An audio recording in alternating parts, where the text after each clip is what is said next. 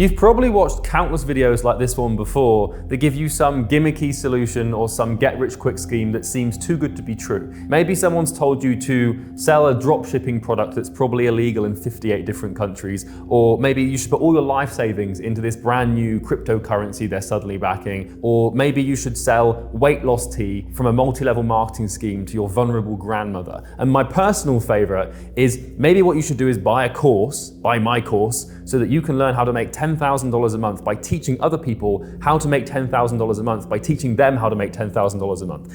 This online space has gone crazy, and I'm sure that you're probably looking for a surefire solution to make money without selling your soul, scamming people, or giving your grandmother diarrhea or something like that. And you probably just want a no bullshit guide by someone who's actually done it to explain it. So in this video, I'm going to give you everything I know about how to go from $0 to $10,000 a month without using any gimmicks, questionable strategies, dodgy business models, and we're just going to get straight into it. So we're going to go through 9 things in this video, and each one is just as important as the one before it. These are in no particular order. You need to know everything. So we're going to start with the 4 components. So what are the 4 things that you need to have in place to make $10,000 a month, because there are only 4. Then we're going to go through 9 brutal truths. So 9 things that you need to know that they're not comfortable, to say the least, but I need to explain them to you because your expectations need to be set properly. We're going to talk about how money actually works and the law of making money. We're going to go through timeline expectations. I'm going to tell you exactly how long this is going to take and what you need to expect. I'm going to give you the best niche and the best market, literally the best thing that you can go into. We're going to get into the best business models and exactly what business model you should pick for your scenario and your situation. Then we're going to get into the 6-figure founder. So who do you have to be to make this thing happen? What do you have to change about yourself? Because trust me, there's going to be a lot. And then we're going to get into the main stages of 0 to 10K a month. So like, what are the actual steps, that you're going to have to go through to get to 10K a month? And then last but not least, I've got 10 pitfalls, mistakes that I personally made that drastically slowed my progress down to 10K a month. Each of these topics could be a video in and of itself, but I want to spare you having to scour the internet for random information. So we're going to do it all in one fell swoop. So first things first, we're going to talk about the 4 components of 10K a month. Now we can basically, and I don't want to talk too much with my back to you here, we can basically break $10,000 a month into a very simple equation that, if understood, can be leveraged to make a ton of money. And the equation looks something like this, and bear with me. So first of all, we have the market, then we have the model, then we have the person, and all of these things are to the power of time. If we take a good market, a growing niche, a good niche, if we take a good business model, a proven business model that actually has been proven to work, and a good entrepreneur or someone who's willing to learn, someone who's hungry to learn, and we apply time to these 3 equations, the outcome is 10K a month. And so that's why in this video, I'm going to give you the markets you should go into. I'm going to show you how to pick a business model, and I'm going to show you which person you need to become. And so this is the first part of this video. It's super short and sweet, and I'm trying to keep it concise. But if you have these 3 things and you have this thing, and you add them all together in this little mixing pot, and you do it for long enough, and you do it in the right way, then this is the outcome you're going to get. So the second thing we're going to talk about after that lovely little equation is the truth. The actual brutal, harsh, cold truth. I'm not here to sugarcoat things and tell you this is going to be easy and that you can get it done in 1 month. I'm here to tell you the raw truth. So let me do that right now. So there are 9 harsh truths to making $10,000 a month. And you're probably not going to like any of them. But it's important I tell you them, because if your expectations are out of alignment with what actually happens, you're going to quit. So the first thing that you need to understand about getting to 10K a month, it cannot be done quickly. Okay? This is not an overnight thing. I know it's a cliche to say that there's no such thing as a get-rich-quick scheme, but that's the truth. These things take time. You're looking to make the same amount of money as a fully qualified doctor or engineer or software engineer, and it would take someone like that 10 years of training and education and career manipulation to get to that point where they're making 6 figures. So if you want to do this, it can't be done quickly. You can't do it in the next 3 months. It takes time. The second truth, which is also a bitter pill to swallow, is that there are no shortcuts. Okay? There's no magic pill, there's no silver bullet, there's no one crazy thing that's going to come along and completely change your life and help you win the lottery of business, so to speak. These don't exist. It's step by step, waking up every day and sticking to one thing consistently for years on end painfully to make it work. I know that you've seen the lifestyle vlogs of people going to Nobu and the Instagram lifestyle of the entrepreneur. It's not real, all right? It's a marketing strategy device to sell you something. Trying to get to $10,000 a month is going to really, really suck. It's going to be painful and it's going to hurt. And take this from someone that's actually done it. It's one of the most difficult things I've ever done in my entire life. I'm not trying to discourage you, I'm just trying to prepare you. You're not going to be on a yacht with 10 Moldovan models with 100 grand on your wrist and just kicking back drinking cocktails. No, you're gonna be up at 3 in the morning, desperately stressed about a client account, unable to sleep because you've got 700 things going through your mind, constantly getting burned out and sick because you're overworking yourself. It's not pretty and it sucks. Now the fourth thing, if that wasn't bad enough, is you are going to lose friends. There are people in your life right now that you are going to lose on your journey to $10,000 a month. Whether you like it or not, you're probably going to cut your friendship circle in half, if not by 80%. So be prepared for this, you're going to lose friends. The next thing as well is, and this is kind of a tricky one, is your health is going to be temporarily sacrificed. Now, you should never intentionally sacrifice your health, but your cortisol and stress levels are gonna go up. You're gonna sleep less. You're gonna start to cut corners with your diet. You're not gonna make as much time for the gym. Like, this thing's really gonna test your body. And so I want you to expect this, that you're gonna have more brain fog than usual. You're gonna be more tired. You're gonna become more emotional. You're gonna become more stressed. This is gonna happen and your health is going to naturally decline. You're not gonna end up in a hospital bed, at least I hope not, right? But you need to be prepared for this. If you're not in a healthy place now, apply a business to your life, you're gonna be pretty damn unhealthy. So the sixth thing is sacrifice. There are things you love doing in your life right now that simply have to go. That game you play, that series you watch, that YouTuber you subscribe to, basically anything that isn't your health or your close relationships, like your family or your best friends, is going to have to be sacrificed. You're gonna have to get rid of a ton of stuff that you don't wanna get rid of, that you swear that you need in order to grow the business. And if you're not willing to do this, you simply will not win. Now, the next thing is that no one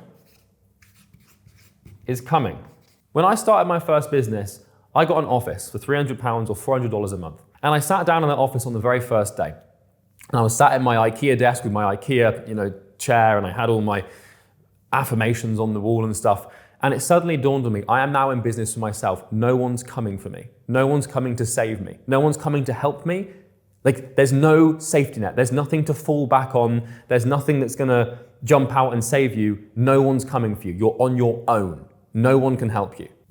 As an entrepreneur, there are no employee rights or pension contributions. There are no safety nets. There are no sick days. There are no holidays. There are no bank holidays. No one's coming for you. No one's coming to help you. You're on your own, and you have to know this. It's a dark path. It's going to be lonely and difficult, and I'm just telling you the truth. The eighth thing, which is going to be a tough one for you to hear, is that it's all your fault. So when you start a business and try and make $10,000 a month, suddenly everything becomes your fault. It's not the government, it's not the matrix, it's not your boss because you don't even have one anymore, it's not like your parents, it's not that back pain you have, it's not your anything. The reason you are where you are now and not where you want to be is because of you and no one else. And until you're willing to admit this and internally blame yourself for every problem in your life, you're never gonna have control. And the key to business success is being able to take full responsibility for everything that happens in your business and your life, and you have to recognize it's your fault. And the last thing is weakness.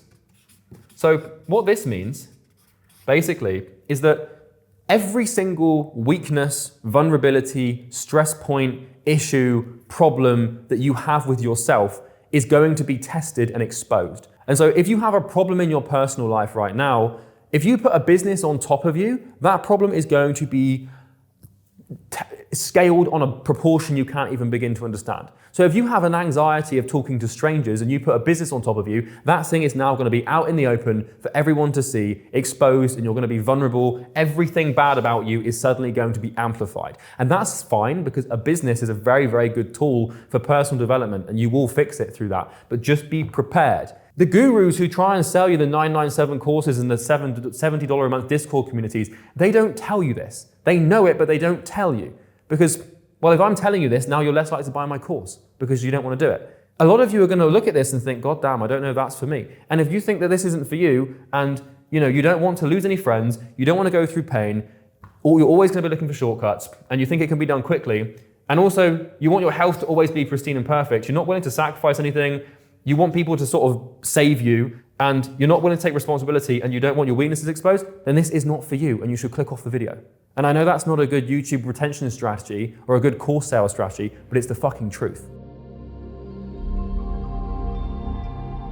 Okay, so now that we've got the truth out of the way, which is usually a good place to start, we're going to talk about the third thing, which is how does money actually work? Like, what is 10K a month? What does this look like? And what is money? What the hell is this thing? This random arbitrary abstraction that we've created to organize our social hierarchy. It doesn't really exist, so how do we understand it? Well, it's very straightforward. What you need to understand is that money at first principle is exchange. And what this means is that if you want to make money, then you have to give something in return. And the thing that is basically exchanged for money is value, okay? And so if we ask ourselves, you know, how does this thing work? Well, we exchange money for value in every single consumer or business transaction that ever happens. And what is value? Because, you know, people throw this word about and no one really knows what it means. Well, value is created when pain is alleviated. I just can't spell it right. Value doesn't even exist. It's only in the perception in the mind of a human. And so we perceive things to be valuable when they alleviate pain from our lives. But then the question is, well, how do I create a product that alleviates pain from someone's life so that I can create value to make money? Well, pain is alleviated when problems are solved. And so if you scroll down, if you head on down to the supermarket or the grocery store and you're thirsty, well, you're in pain. So if you go into that store and you buy a bottle of water and you drink that water, then the problem of your thirst has been solved, your pain has been alleviated, and you have now experienced the creation of value, and you will pay in return for that to happen. And so this is how we make money. We create value by solving problems to alleviate pain. And a pretty simple way for you to look at this is to imagine that this person here represents a potential customer of yours or someone that you could make money from. And inside of their life, which is this circle, they have what we call pockets of suffering or pockets of pain. And these are basically things in their life that aren't going all that well that they want to get rid of and solve. And what these represent are basically business opportunities for you to come in and, in essence, solve and add value. And so think of a human being and their life economically the same way that an oil company would see an oil field. We have these little pockets of oil that we can drill down into and basically extract value from and make a ton of money. And so what you're doing in business is you're going to a certain person or a group of people like a niche or a market. You're looking at their life, you're looking at what painful problems they have, and we're extracting value out of these painful problems. And basically by removing them, we extract the value, and in exchange, this person will give us their money. That's how money works. It's an exchange between these things, and it revolves around the first principle of the human condition, which is pain avoidance. And it was Freud that found that one out. So when it comes to value extraction in terms of online business and making money online, there's 5 different levels at which we can extract value to make money. So the first 2 levels of value extraction online are super low ticket and low ticket. And this is basically ticket determines the price or the price range of the product you're selling. And so super low ticket is going to be a product that costs anywhere between $1 to $100. And so when we're selling a super low ticket product, we can only extract $1 to $100 worth of value from that person. Low ticket itself is referring to $100 to $1,000. And so if you sell a course or a program or a service that costs between this point, then you're selling a low ticket product and you can only extract low ticket value. Now the third thing, and this is kind of where we start to get a little bit more interesting, is mid ticket.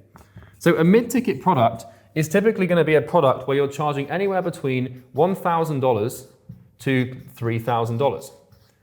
Okay? And so when you're charging mid-ticket, you're extracting 1,000 to 3,000 units of value. It means you're solving a problem that is so painful that someone will pay $3,000 or $1,000 or $2,000 for it. Now after this, you can probably see where this is going. These two are pretty straightforward. High ticket is anything between $3,000 to $10,000 in terms of price point. And super high ticket is anything between $10,000 to $20,000 plus. You can find examples and exceptions here where there's going to be people that charge outside of this and more. But generally speaking, if you're starting an online business, you're going to work your way through these price structures. And so in the beginning, if you're trying to make $10,000 a month, don't try and figure out how to make $10,000 a month. Just try and figure out how to make one. Like, it's all about momentum and it's about baby steps, because you're probably intimidated. You're like, how the hell am I supposed to figure out how to sell something for $10,000? It's like, well, you're not, because you need to figure out how to crawl before you can walk, before you can run, before you can sprint. okay? And so at the beginning of your business journey, you're probably gonna start either here or here, where each customer is only worth a couple of $100s to you. And this is why, in the harsh truth, I'm telling you, this thing takes time. You're gonna start by not making much money at all, and it's gonna feel like you're putting all this effort in to make so little back. And that's because we start at a low level of value extraction because you don't have much value to add. You don't really know what you're doing. You're not an expert on anything yet, so we have to start at the beginning. Otherwise, people's expectations of what they receive, if you charge $20,000 for someone, you better deliver 20,000 units of value. If you charge $1 for something, you can get away with delivering 1 unit of value. It's not that difficult, right? And the bigger the discrepancy between the value you add and the price you charge is how successful your business becomes. And so if I charge $10,000 to you for something where you perceive you've received $50,000 worth of value in terms of that pain extraction, then you're gonna pay again and again and tell everyone about it. So what we can do with these little buckets of price is we can start to deduce, well, how many customers do we need to have to actually hit this goal? And so, if it's over here, then you need between 1,000 to 100 customers to hit 10K a month. And then, you can do the math all the way down to just needing 1 customer here. Maybe you need 3 customers here or 3 customers here or 4 customers here. Here you might just need 2 customers. And so what this means is that there's more leverage in price than anything else. Because if you know how to charge 10 grand, to make 10 grand a month, you only need 1 customer. But if you know how to charge $100, then you need like 100 customers. Or if you charge $10, you need 1,000 customers. And sometimes it's just as easy to get someone to pay 10 grand for something than it is $100. It requires just as much effort in terms of your time, energy, expenditure.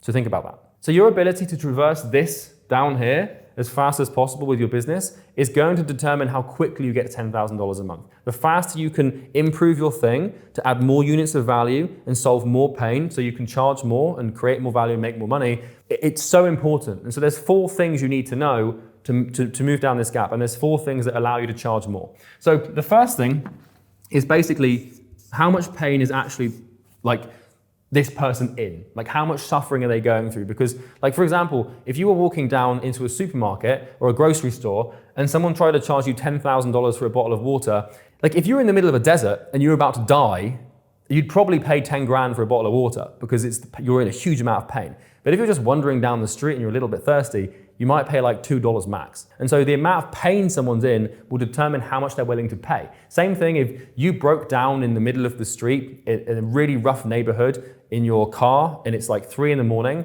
and you call a mechanic and they're like, your whole family's in the back and the mechanic's like, I can come and get you, but it's gonna be like $4,000. Any other day of the week, you tell that mechanic to piss off. But because you're in so much pain and so much fear, you're willing to pay more. And so pain's the first thing that allows you to charge more. The second thing is availability. And so availability is basically how many other products exist and do what you do in a good way.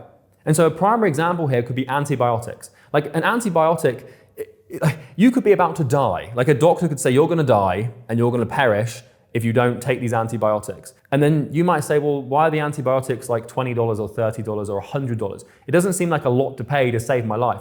And it's because there's so many companies, they're so available that the price has been driven down significantly. In the same way that most consumer goods are very cheap, it's because there's so many of them and so many options. And then the other 2 things that determine how much you can charge is basically the quality of the result you get and the depth of the solution.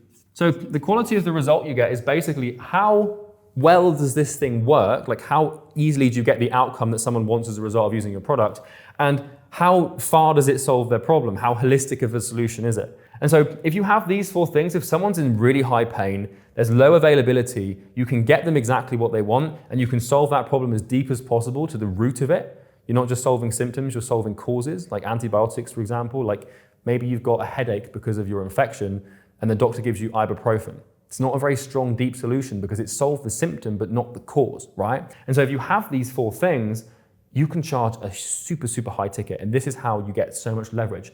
At the beginning of your journey, don't worry about trying to charge as much as possible. Just stay up here. But once you've got enough leverage and enough understanding and enough pain and less availability and good results, try and move down here as fast as possible. So the point I'm trying to make here is that getting to 10K a month is not about making money. It's about solving a problem for a group of people really well. And if you focus on that and you focus on creating value by alleviating pain and solving problems, then you're gonna make way more money than if your entire focus is just on money, money, money.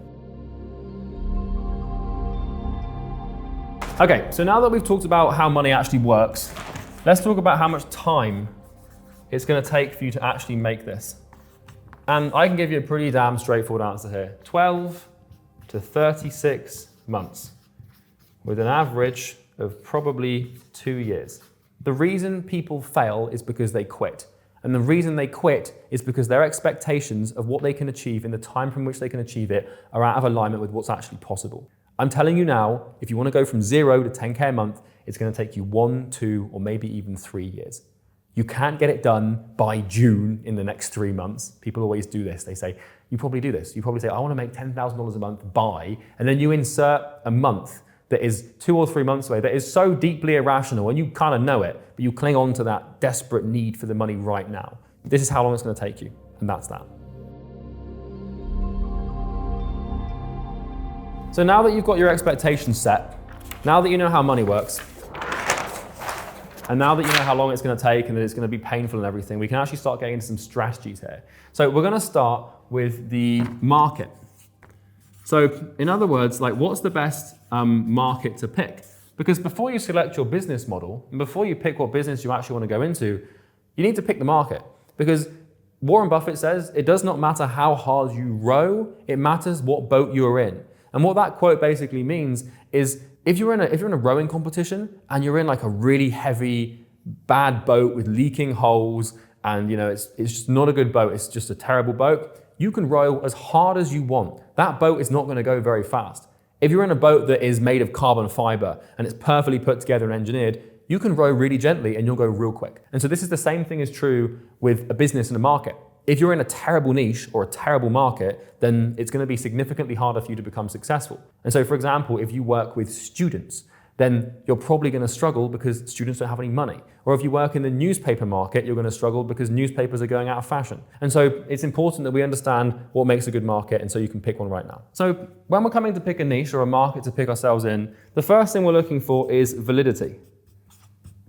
Okay, and market validity will be determined by the questions that I'm going to give you in a second here. So how is this market actually valid? How do I know if it's actually appropriate and going to be a good niche to go into? The next thing is your skill set, and then your interest. And so what you're trying to do when you select a niche is you're looking at the validity. This is the most important thing. This is going to result for 80% of the results will come from the validity, right? But what you're doing is you're looking at your skill set and your interest. So what am I interested in? What am I good at? And which markets are good? And if you can find the overlap of all these three things, then you're in what I would call niche nirvana, which is where you're in a market that's good, that's actually going to help you make money. You're also interested in that market, which means you get to work with people that you like, and you're good in that niche already. You already know something that they can do. Now, you don't necessarily need the skills. If you don't have a skill set right now that's going to help a valid market and make money and grow and stuff, that doesn't matter too much. The main thing is the validity and your interest. But if you can have skills as well, you'll be even more successful. So what are these questions for market validity? And how do you know if a niche is possible? Because I told you I'm going to give you the best niche. But the truth is that the best niche is the one that you've stuck to for like 3 years. And that's the best niche to pick. But in order to pick, you need to know what makes a good niche. So let me explain. So there's 6 questions. The first one that you should ask is this market growing? So like an example would be like the online fitness market. That thing is growing like weeds in a garden. That thing is just rapidly expanding day by day. Same thing with like AI or cybersecurity or electric cars or solar farms. Like you want to be in markets or you want to be in industries that are booming and are growing. Now, the next thing you want to do is you want to validate the market by making sure that they're actually in pain. Now, nearly every market is going to have painful problems, but you need to actually ask yourself, do these people have problems that I can solve? Do they actually suffer? Are they actually in pain? Pretty much always yes is going to be the answer, but you need to be sure that they actually are. The third thing is financials. So in other words, is this market broke or not? It might be a nice sentiment to tell yourself, I want to start a business helping homeless people or students or orphans or something like that. And that might be like a nice thing to want to do. But those markets, they don't have any money. They don't have anything to invest. So if you were like, I want to help homeless people become like remote closers or the salespeople and get them off the streets and stuff, that it's a charity because they haven't got any money to pay you. And the same thing is true with students. So you could say, I'm going to start a course that teaches students how to study better. It's like, Well, the students don't have any money. That's like a renowned thing about students. And so you need to make sure that the market is financially qualified, because as we move towards the higher ticket prices, people need to be able to buy them. So it's very important you qualify this. The next thing is the magic number, which is 30,000 plus. Are there more than 30,000 people in this niche? Because if there's not, you're not going to be able to make content for them because the algorithms won't even entertain you in the light of day. You're not going to be able to run ads to them because you're not going to be able to target them because there's so few of them. And after a couple of weeks or a couple of months, you're going to run out of people to reach out to cold call. And so if there's not more than 30,000 people in this niche, in this group of people, there's not much point in trying to start a business in there. The next question is competition. So are there competitors in this niche? Now, most people will probably mistake what I'm trying to say here. You want competition. You do not want a blue ocean strategy where you get into this market where there's no competition at all. And I'll give you a simple analogy to explain this. Imagine that you are a goldfish, okay? And you're looking for a pool or you're looking for a pond to live in, okay? And you've got 5 options. And let's say 4 ponds have other fish in them that are thriving and there's like a basic stable ecosystem with some competition. 1 pond has no fish in it at all and it's just this blue ocean with no fish and all this stuff. Well, most people would say, oh, if I was a goldfish, I'd pick the pond with no other fish in it because there's no competition, right? Well, you'd be stupid to do that because there's no sign of life. There's no evidence that life is actually possible inside of that pond or inside of that environment. And so the same thing is true when you're trying to pick a business niche. You want to make sure that you've got competitors because you want to validate that the niche actually works by seeing that people have made it work. If there's no evidence of that, then I wouldn't even bother trying because you're going to have to start from scratch and figure out from nothing. And it might not even be possible, so why try? And then the last thing to qualify a niche here is target. Oh, and I should put this in a red pen just to stay on brand here. So targetable means, can you actually find the people in this niche? Can you find their phone numbers? Can you find their emails? Can you find their social handles? Do they even exist online in the first place? If they're not targetable, then how are you going to get clients? How are you going to ask them if they need help? You're just not going to be able to do it, right? So those are the 6 things that qualify whether or not a niche is good or not. And it's up to you to pick one that suits your skill sets and your interests and then basically validate it against these questions. And if a market has all 6 of these things and it needs all 6 of them, because if it doesn't, you're probably going to fail, then it has validity. And that's how you pick the best niche for you. So now we've got the market in place, we're going to actually start looking at what business model to pick. And there's 13 that you can choose from that I've trawled through to find for you that I've validated will actually work. Okay, so I'm not just going to tell you one shiny object's going to fix all your problems. I'm going to give you some options and you can pick which one resonates with you the best. The thing about business models and the thing about deciding what you want to do is it helps to not reinvent the wheel. Instead of looking for some crazy business model or some crazy thing no one's ever done before, just pick something that already works. And I know that there's an argument against this for like saturation and stuff, but if it was that saturated, people wouldn't become successful. So let's just pick one. Okay, so there's 13 different models that have all been proven by thousands of people that you can choose. And I'm going to give you them here. So the first one, trumpets please, lo and behold, is SMMA. So social media marketing agency, where you're running paid media and basically building marketing funnels for local businesses. Same thing kind of applies here with the SEO agency, where you're doing search engine optimization for local businesses or for other people in a certain niche. Content agency is where you're creating long form or short form content for people as a done for you service. We've got video editing agency. Pretty self-explanatory, right? Then we've got the funnel agency, which is basically where you build marketing funnels and you specialize in very specific funnels like tripwire funnels or VSL funnels for a specific niche. And then the last one of this part of the list is AAA, which stands for the AI Automation Agency, where you become an expert in how to automate businesses and components of different businesses. So the next 7 on this slightly disorganized and messy list are web design, where you're doing website design for agencies. I personally don't like this one. I've included it because it's valid and it works, but you can run into a lot of problems because a lot of businesses just don't need a website, they need a funnel. So it usually makes more sense to do the funnel thing, but you can do that what you will. Copywriting agency, where you're basically a professional copywriter, whether it's email copywriting, blog copywriting, whatever it is, you're writing words that sell things, right? Appointment setting agency, where you're doing outbound or inbound appointment setting for businesses. This is basically where you're setting appointments or sales calls so the business can basically get customers. Growth operator agency. So growth operator agency is basically where you take a influencer or someone who's got an audience and you teach them how to monetize their audience and sort of partner with them where they bring the traffic and you bring the operational skills to grow the business. Then we have high ticket sales. So this isn't really a business, it's more of a skill. You could argue the same thing with copywriting, growth operating, and appointment setting. These aren't businesses, they're skill sets that basically allow you to become a highly paid freelancer, if that makes sense. And so high ticket sales is where you basically become an expert in selling high ticket programs, where you go to businesses like mine, for example, and you say, hey, if you pay me a percentage of the commission of what I close, then I will obviously help you make money.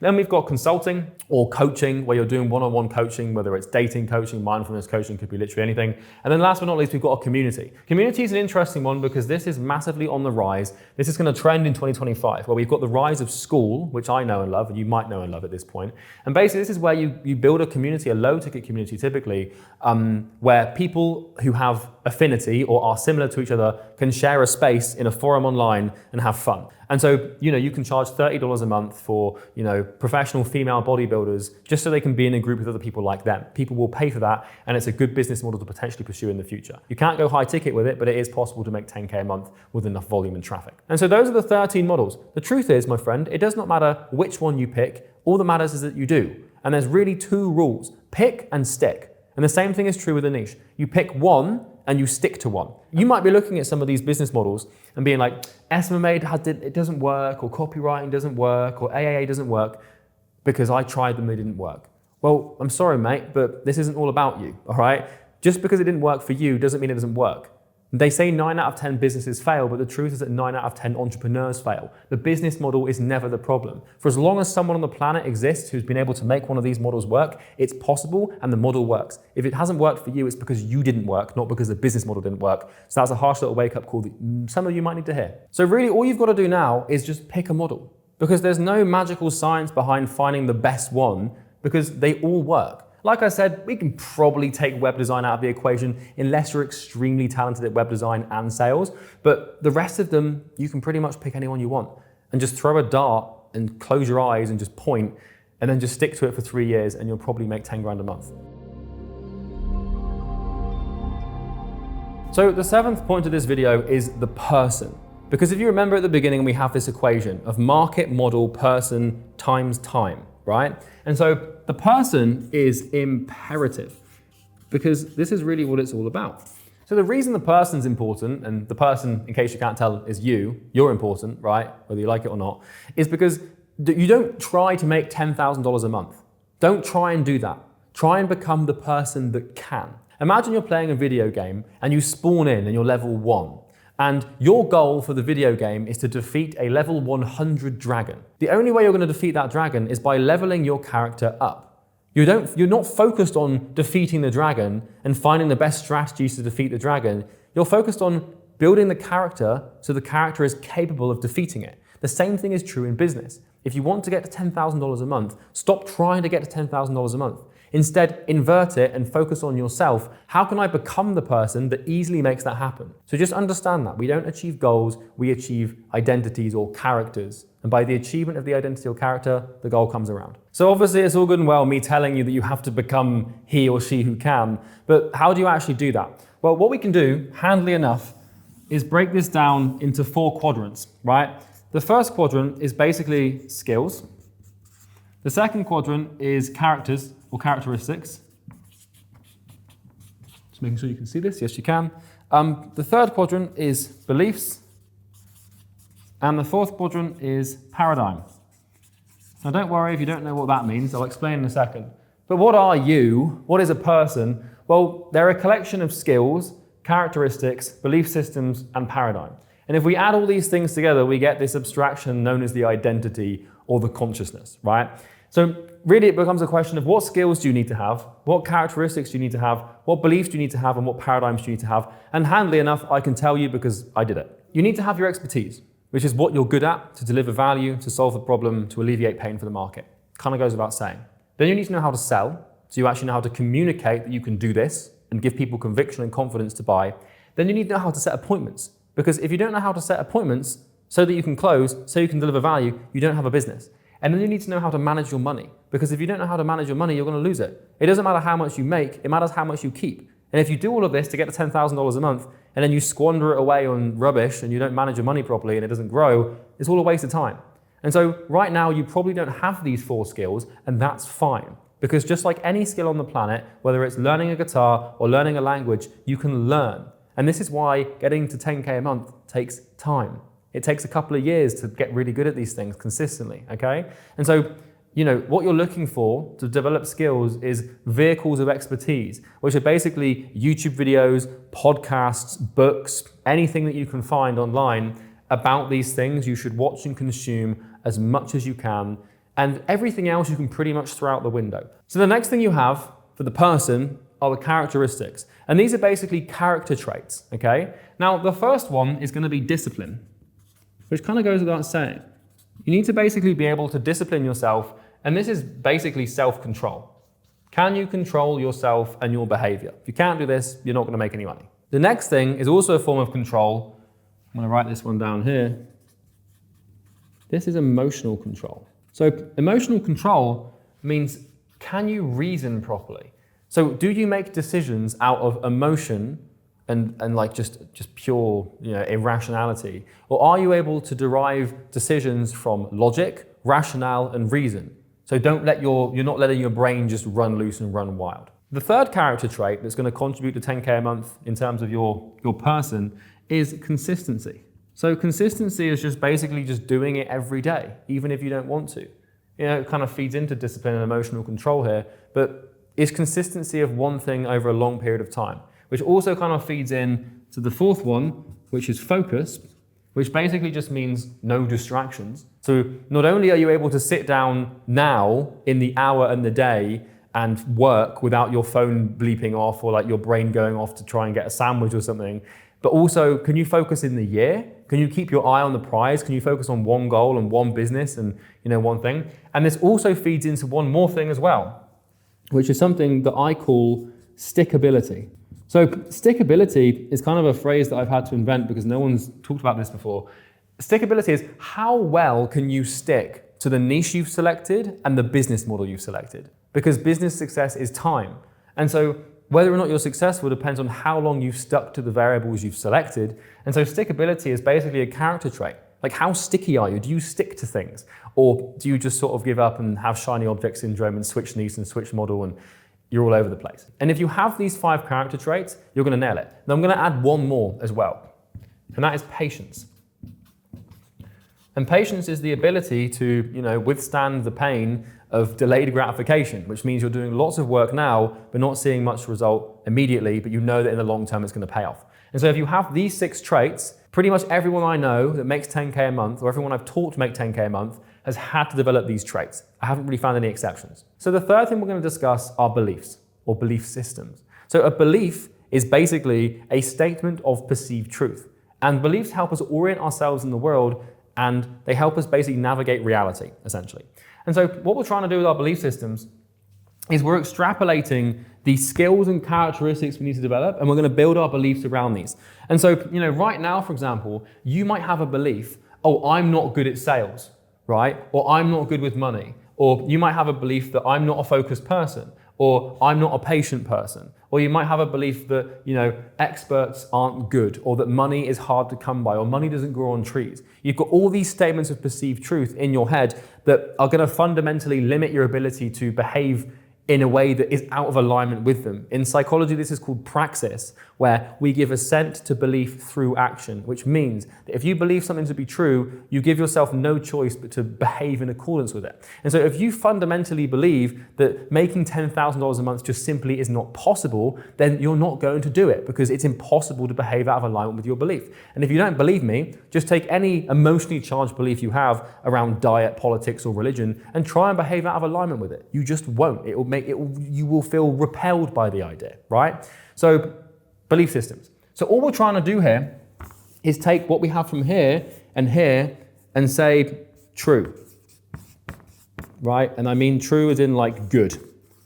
So what this basically means is you need to start orienting your identity and believing in yourself, and I hate using that phrase, but believing in yourself in your ability to adopt these traits. And likewise, you need to believe that you're becoming an expert. You believe that you're becoming a sales genius, you believe you're becoming an appointment setting expert, and you believe you're becoming a financial genius as well. You're not trying to lie to yourself and say, I am a genius at sales, or I am a genius at expertise. You're talking about who you are becoming. You believe in your potential to develop these traits and your potential to develop these skills. Because if you practice that for years and years on end, eventually, you're going to become an expert because you believed you could, right? Belief is the root of limit, and belief is the root of change. And so if you want to make a change, you change your belief. And so we start there. So your paradigm is basically your worldview. It's the angle, it's the perception you take on reality.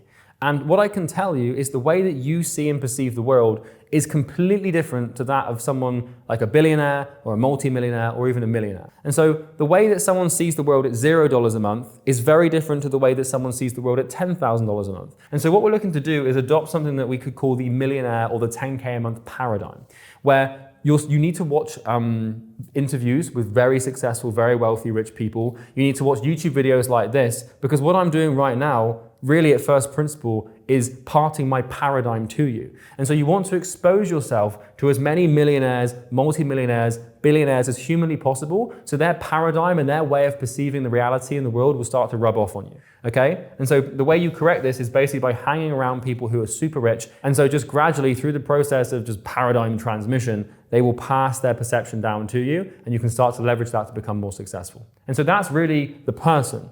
If we nail these 4 things, you become he or she who can, and then you will get it. So the next thing we're going to talk about are the main stages that are going to get you to 10K a month.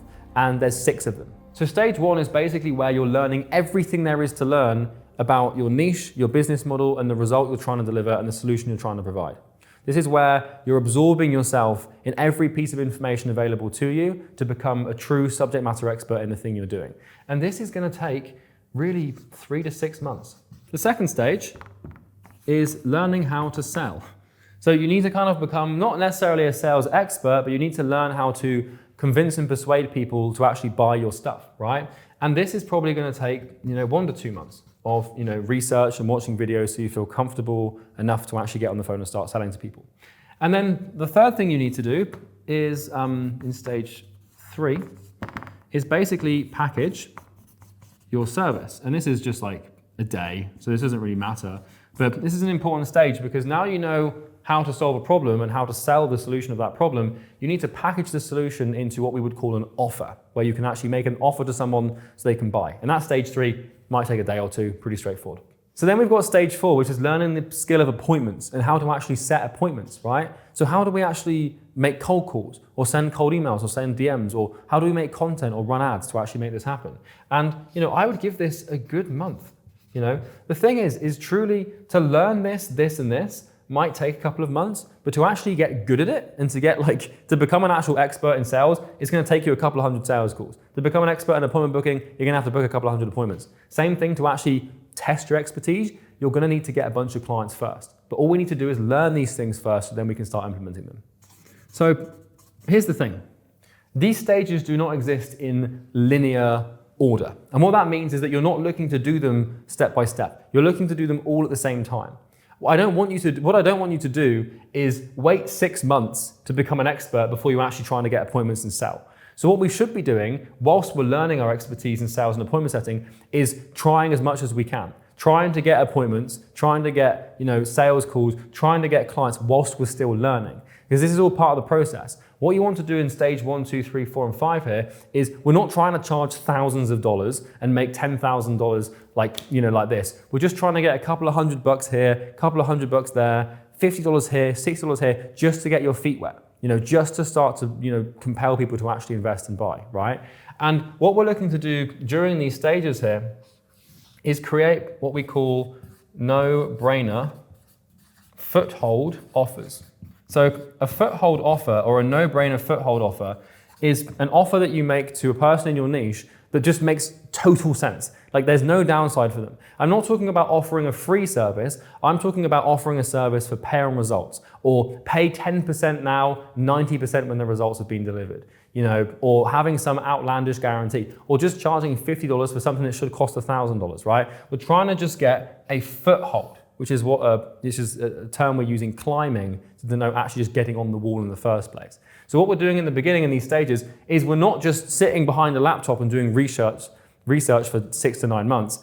We're doing that research, but in conjunction with that, we're making as many no-brainer foothold offers to as many people as humanly possible, just so we can start to get some traction. And so in terms of these foothold offers, like I said, you can use pay on results, you can use crazy guarantees. You can say to people, I'll work for free and you only pay me if you're satisfied, or you pay me and I'm going to give you all your money back if you're not happy about it. You make these offers that entail no risk for the person buying them. And so once we've moved on to stage 5, feedback. We need to get some appointments and some sales calls and some clients to start to improve and develop our expertise. And this is the only way we're going to build a skill, is by actually having feedback from customers and from sales calls and stuff like that. And so once you've started to acquire these and you've got the skills and you know what to do, and you start doing it, you're going to get feedback, you can improve and iterate and cycle through. And then stage 6 is real straightforward. This is like kind of business 101. It's just volume. So once you have like a system that kind of works, once you've got a way of getting appointments, you kind of know how to close them and you kind of know how to deliver results. The more you do this, the better you're going to get as the months go by. With the feedback, you're going to continuously iterate and improve by listening to your sales calls, looking at your set appointments, looking at your clients. And then all you have to do is just increase volume. Just start doing more of this so you can do more of this and more of this. And then what's going to happen is you're going to create this flywheel where you're going to get more clients and become better at what you do, so you can get more clients, and it's going to go fly around, and then you're going to have this exponential curve. So as promised at the start of the video, I'm going to walk you through my top 10 mistakes and the biggest pitfalls to look out for on your journey to 10K a month.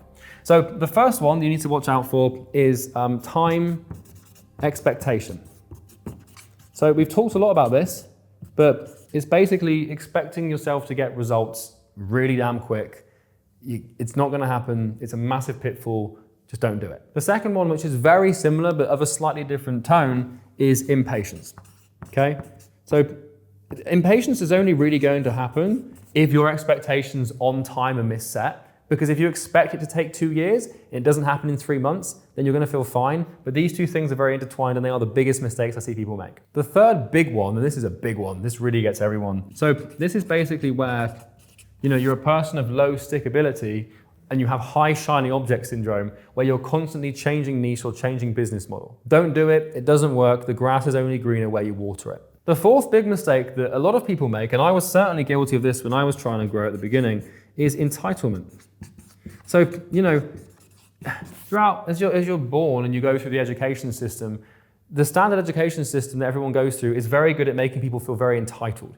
We've got participation medals, we've got very low punishment in schools these days. And so what this means is when you start a business, you might be working on it for like 3-4 months, and you start feeling entitled to success. Like the market doesn't reward entitled people. If you think that after a couple of months, like, why am I not successful yet? I'm angry at the market for not giving me what I want. The market is a perfectly fair judge of character and effort, and you have to trust it to reward you. But there's a bit of latency, a bit of time that has to elapse between you doing the work and actually getting results, which is the impatience thing. But do not be this entitled person that thinks that the market owes you anything. The fifth thing is listening to your doubts. What this means is, right now, you might feel really confident about starting a business, but I guarantee you that after a month or two, you're going to have a lot of doubt creeping in. It's going to be 2 a.m. You're going to wonder if it's going to work, and it's all going to be worth it. Is this going to work, right? You're going to have tons of doubt. Don't listen to it. It's bullshit. It doesn't exist. It's not real. It's just you trying to trick yourself into going back to your old ways. So don't listen to the doubt. It's going to come for you.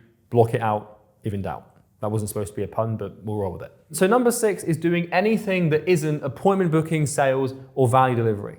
So if you're doing anything in your business that is not booking appointments, closing those appointments, or delivering value for your clients, or getting better at any of these 3 things, then you're working on the wrong thing. Anything you do that isn't these 3 things is going to be a waste of time and should be delegated, outsourced, or eliminated. So the 7th thing, big mistake people make, is low volume of outreach.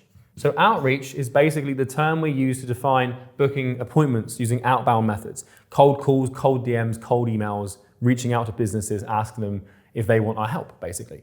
And the biggest mistake people make is they do a low volume of outreach. The only way to get clients and to get lucky is to do as much volume as humanly possible. And Your business is restricted by how much of this you do, so do as much as you can, do not do low volume. The 8th thing is overlearning. So what you don't want to do is spend the next 12 months learning the art of sales, learning the art of appointment booking, and learning the art of your expertise, because the only way that you're going to actually validate whether or not what you've learned is good or not is by trying to do it. And most of the stuff you learn is not going to be correct. And so you need to apply knowledge as quickly as you learn it so you can iterate and improve and get that feedback loop going so you can become better at what you do. You don't develop a skill by studying the skill. You develop a skill by studying how to do it and then going and doing it. And so do not overlearn. Do not spend months behind a laptop without taking any action on the information you've learned. Very important. So the 9th thing is advice from people. On your journey, people are going to give you advice.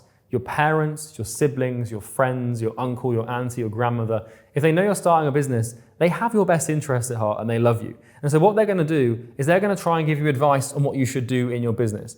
Do not listen. Not because they're bad people, because they have good intentions, right? But because you only want to take advice from people who have actually done what you're trying to do, or, well, that's basically it. And so if you go downstairs to eat dinner with your family and you tell them about a problem you've got with your appointment setting system, and suddenly your sister pipes up, who's never set an appointment in her life, you should pay attention and give her the light of day, but don't actually listen to her. And this isn't just sisters, this is fathers, this is siblings and stuff like that. For example, my dad is a financial genius. I trust him with my life, with my finances, because that's been his entire 40-year career. But if I went to my dad and asked him, hey, how do I run this? What creative should I use for this Facebook ad? I wouldn't listen to his answer. I wouldn't even ask him because it's not his expertise, right? And so be very careful with who you take advice from, because if they haven't done what you're trying to do, they're going to be wrong. The last one, the big one, big old number 10, best till last, is quitting. I can't even spell the word. I hate it that much, right? Quitting. The biggest thing, the biggest mistake is giving up. Technically, if you don't quit, you cannot lose. So don't do it, okay? So those are the 10 pitfalls, the biggest mistakes that are really common that everyone seems to make. If you can avoid these as much as possible, and you're still gonna make them, but if you can avoid them as much as possible, your journey to 10K a month through that 6-stage process will be so much easier, filled with significantly less pain, and you should get to what you want in a significantly shorter period of time. So that's everything for this video. I'll see you in the next one.